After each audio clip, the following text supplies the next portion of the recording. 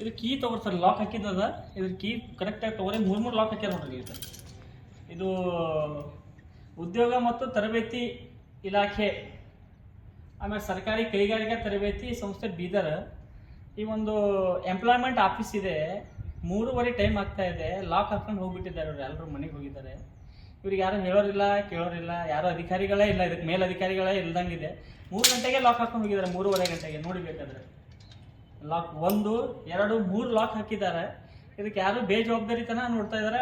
Totally ಇಲ್ಲಿ ಯಾರು office ಬರೋಂಗಿಲ್ಲ ಅಂತ ಅಂದಂಗೆ ಆಯಿತು. ಇದಕ್ಕೆ ಜಿಲ್ಲಾಧಿಕಾರಿಗಳ ಗಮನಕ್ಕೆ ಅದನ್ನೋ ಇಲ್ಲೋ ಗೊತ್ತಿಲ್ಲ, ಸಂಬಂಧಪಟ್ಟ ಅಧಿಕಾರಿಗಳಿಗೆ ಗಮನಕ್ಕೆ ಅದನ್ನೋ ಇಲ್ಲೋ ಗೊತ್ತಿಲ್ಲ. ಇದು ಈ ಥರ ಆದರೆ ಮುಂದೆ ಬರ್ತಕ್ಕಂಥ ಮಕ್ಕಳ ಭವಿಷ್ಯ ಏನಾಗಬೇಕು, ಅವರು ಯುವ ನಿಧಿದು ಏನಾಗಬೇಕು, ನೋಂದಣಿ ಮಾಡ್ಕೊಳ್ಳೋದು ಏನಾಗಬೇಕು, ಎಂಪ್ಲಾಯ್ಮೆಂಟ್ ಹಚ್ಚೋದು ಏನಾಗಬೇಕು.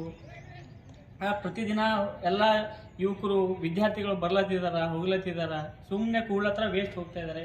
ಈ ಒಂದು ಕಚೇರಿಗೆ ಈ ಥರ ಲಾಕ್ ಮಾಡ್ಕೊಂಡು ಹೋಗಿದ್ರೆ ಜನಕ್ಕೆ ಏನು ಸಂದೇಶ ಕೊಡುತ್ತೆ? ಇದಕ್ಕೆ ಜಿಲ್ಲಾಧಿಕಾರಿಗಳು ಸೂಕ್ತ ಕ್ರಮ ಕೈಗೊಂಡು ಆದಷ್ಟು ಬೇಗನೆ ಇದಕ್ಕೊಂದು ಕ್ರಮಗೊಳ್ಬೇಕಂತೇಳಿ ನಮ್ಮದೊಂದು ವೀರ ಕನ್ನಡಿಗರ ಸೇನೆಯ ಲಾಕ್ ಅದ. 3:30 ಆಗ್ಲತ್ತದ.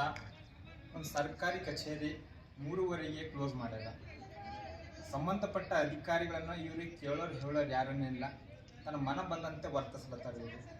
ಇದಕ್ಕೇನದ, ಸಂಬಂಧಪಟ್ಟ ಅಧಿಕಾರಿಗಳನ್ನ ಇವ್ರ ವಿರುದ್ಧ ಕಠಿಣ ಕ್ರಮ ಕೊಳ್ಳಬೇಕು.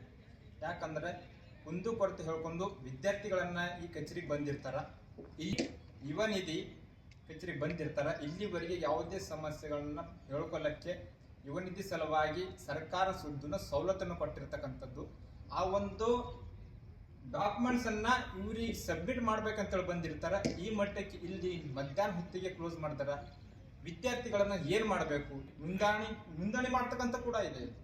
ವಿದ್ಯಾರ್ಥಿಗಳನ್ನು ನೋಂದಣಿ ಮಾಡ್ತಕ್ಕಂಥ ಕೂಡ ಇದೆ. ಇದಕ್ಕೆ ಯಾವ ರೀತಿಯನ್ನ ಇವರು ಪರಿವರ್ತನೆ ಮಾಡ್ತಾ ಇದಾರೆ ನೋಡ್ರಿ. ನೋಡ್ತಾ ಇದ್ದೀರಲ್ಲ, ಸರ್ಕಾರ ಎಷ್ಟು ಸವಲತ್ತು ಕೊಟ್ಟರು ಈ ಅಧಿಕಾರಿಗಳನ್ನು ತನ್ನ ಮನ ಬಂದಂತೆ ಲಾಕ್ ಹಾಕೊಂಡು ಹೋಗಿರ್ತಾರ. ಮನ ಬಂದಂತೆ ಆಫೀಸ್ ತೆರೆ ಟೈಮ್ ಯಾವಾಗ, ಮುಚ್ಚುವ ಸಮಯ ಯಾವಾಗ, ಇಂಥಕ್ಕಾಗಿ ಸಮಯ ತಕ್ಕಂತೆ ಅವ್ರು ನಡೀತಾ ಇಲ್ಲ. ಇಲ್ಲಿವರೆಗೆ ಯಾವ ಅಧಿಕಾರಿ ಕೂಡ ಇಲ್ಲಿ ಪರಿಶೀಲನೆ ಮಾಡಕ್ಕೆ ಬಂದಿಲ್ಲ.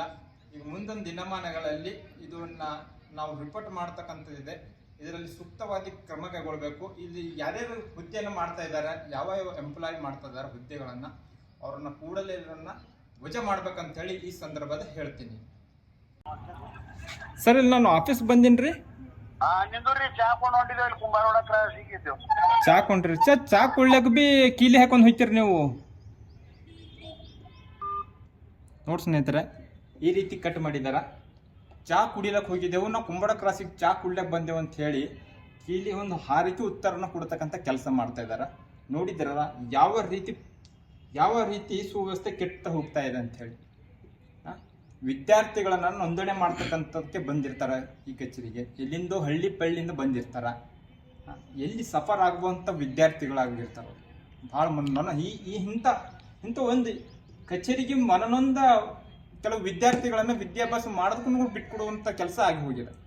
ತಾವು ಕೂಡ ನೋಡಿದಿರಲ್ಲ, ನಾನು ಫೋನ್ ಮಾಡಿದಾಗ ನಾನು ಚಾ ಕುಡ್ಲಕ್ಕೆ ಬಂದೀನಿ ಅಂತ ಹೇಳಿ ಒಂದು ಹಾರಿಕೆ ಉತ್ತರ ಕೊಟ್ಟು ಇಲ್ಲಿವರೆಗೂ ಬಂದಿಲ್ಲ. ಮತ್ತು ಬಂದ ಬಳಿಕ ಏನು ಮಾತಾಡ್ತಾರೆ ನೋಡಿ. ಅವ್ರು ಚಾ ಕುಡ್ಲಕ್ಕೆ ಹೋಗಿಲ್ಲ, ಪೂರ ಲಾಕ್ ಹಾಕೊಂಡೆ ಹೋಗಿದ್ದಾರೆ. 3 ಲಾಕ್ ಹಾಕೊಂಬಲ್ಲ. ಚಾ ಕುಡ್ಲಕ್ಕೆ ಹೋದವರು 3 ಲಾಕ್ ಹಾಕಲ್ಲ. 3 ಕಂಪ್ಲೀಟ್ ಆಗಿ ಬಂದ್ ಮಾಡಿಬಿಟ್ಟಿದ್ದಾರೆ.